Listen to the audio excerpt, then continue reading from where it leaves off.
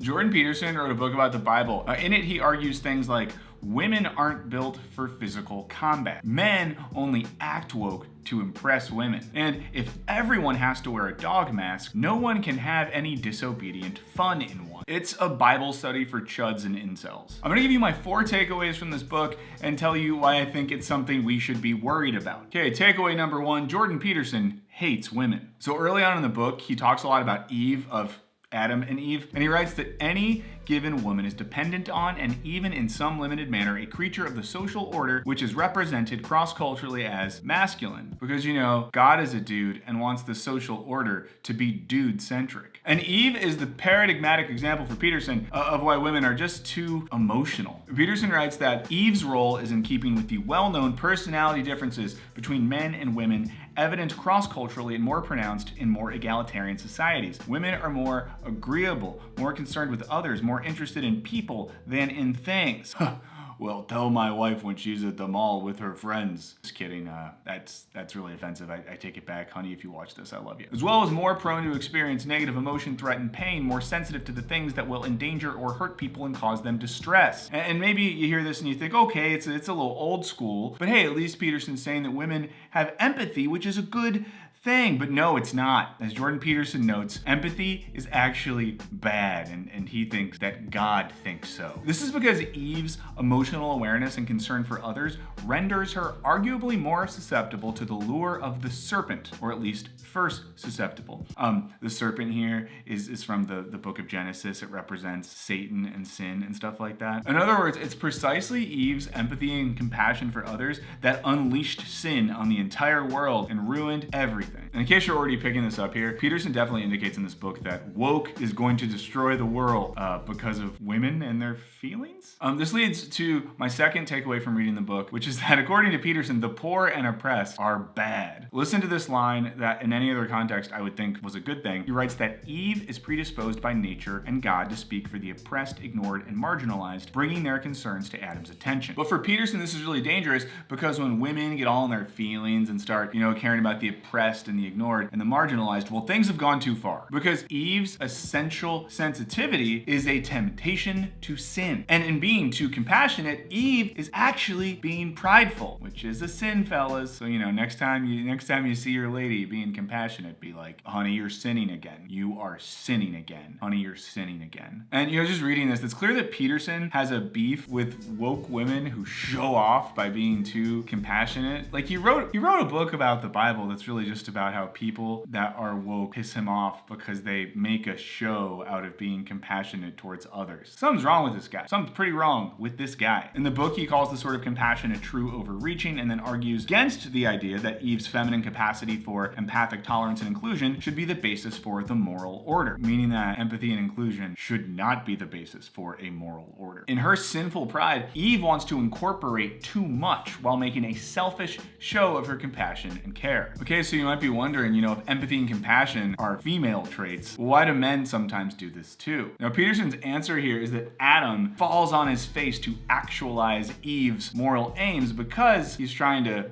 get it, he's trying to run around with it, trying to twirl it around, trying to hug it and rub it, trying to lift that leaf. He's saying that Adam's just trying to hit it. And listen, I empathize with what Peterson's saying here because once in college, I had a crush on this girl and she was a vegetarian, so I lied and said I was a vegetarian so she would like me. She didn't. But then at least I was a vegetarian for a bunch of years because I lived my raps. Now, Rowan Williams, who's a theologian and the former Archbishop of Canterbury, reviewed this book. If you know what the Archbishop of Canterbury is, it's like being the Pope of England, except instead of God being your boss, some inbred colonizer signs your checks. He writes that Eve's yielding to the serpent's temptation is viewed as the characteristically female error of sentimental, pseudo-compassionate acceptance of the unacceptable that you see in bad parents, especially mothers, who cripple their children so that they can make a public show of their martyrdom and compassionate virtue. That last bit is the real thing that Peterson said. So basically, Peterson is like, yeah, Eve, I get it. Women really do be like that. You know what I'm talking about, fellas? You know what I'm talking about? You guys know what I'm talking about? And for Williams, this sort of critique doesn't put Peterson, in conversation with actual scholars of the Hebrew Bible. Instead, it puts him in conversation with weird right-wing grifters who have recently rebranded empathy as toxic and bad. I have a video on this you could watch watch it if you want it. Because for these folks, having empathy and compassion for migrants and trans people and the oppressed, well, it's just showing off. This all leads to my third takeaway from the book, which is that Peterson is a defender of the West. And just real quick before I get into that, a big shout out to everyone who supports me on Patreon as I start this thing as my full-time gig. It's a really, really huge help. So if you want to support me, get early videos without ads and some other goodies, there's a link in the description. Please do check it out. Now, in talking about the sort of folks that Eve wants us to have compassion for, Peterson warns that we cannot let those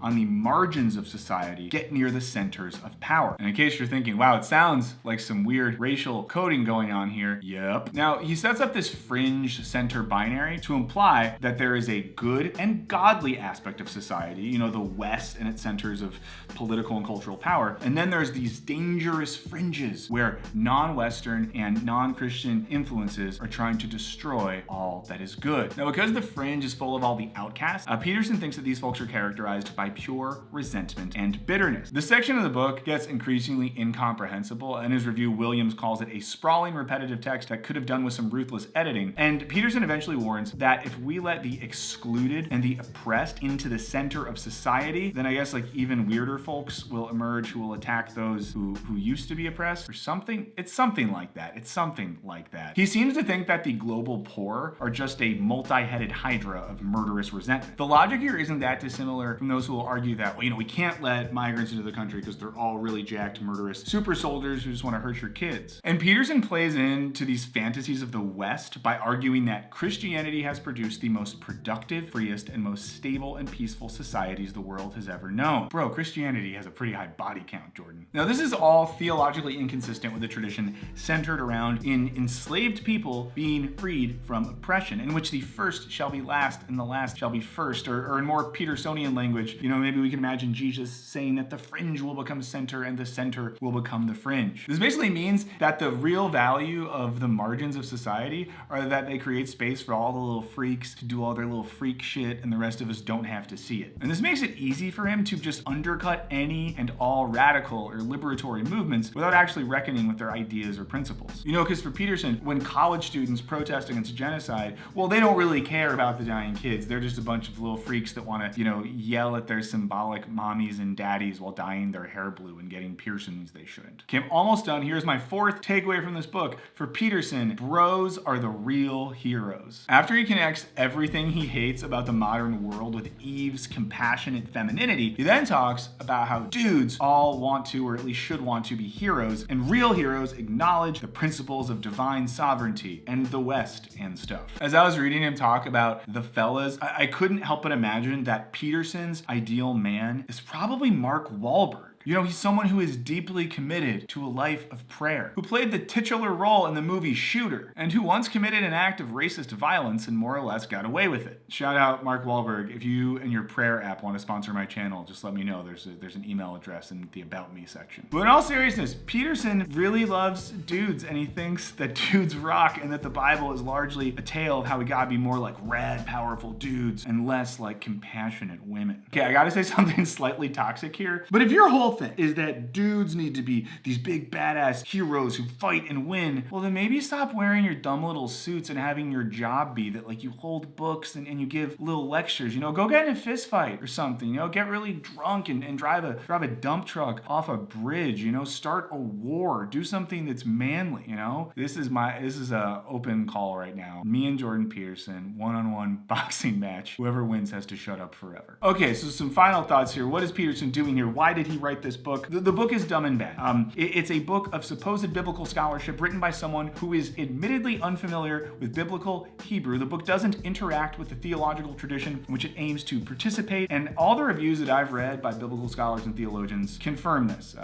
They don't like it. People that have read the Bible don't like this book. Also, shout out Matt McManus, wrote a great piece about this book in Jacobin. I'll post a link in the description. And it's tempting to just laugh this whole thing off as another misguided attempt at seriousness by Canada's worst export since Snow, the white rapper, not the frozen water from the sky, the guy who did Informa But when Peterson uses the Bible to attack his usual enemies, right? Stuff like social justice movements, postmodern neo-Marxist feminism, non-binary conceptions of gender, egalitarian politics, oh my, what he's doing is trying to apply the weight and force of the biblical tradition to this work. You know, he's trying to basically say, it's not just me who believes all this, God himself does. But hey, it's not like there's a history of really bad dudes co-opting biblical narratives to get away with doing really bad stuff, right? If you enjoyed this one, check out my recent video on Brian Johnson and the nihilism of longevity science. You can just click right there and watch it. I will see you guys soon.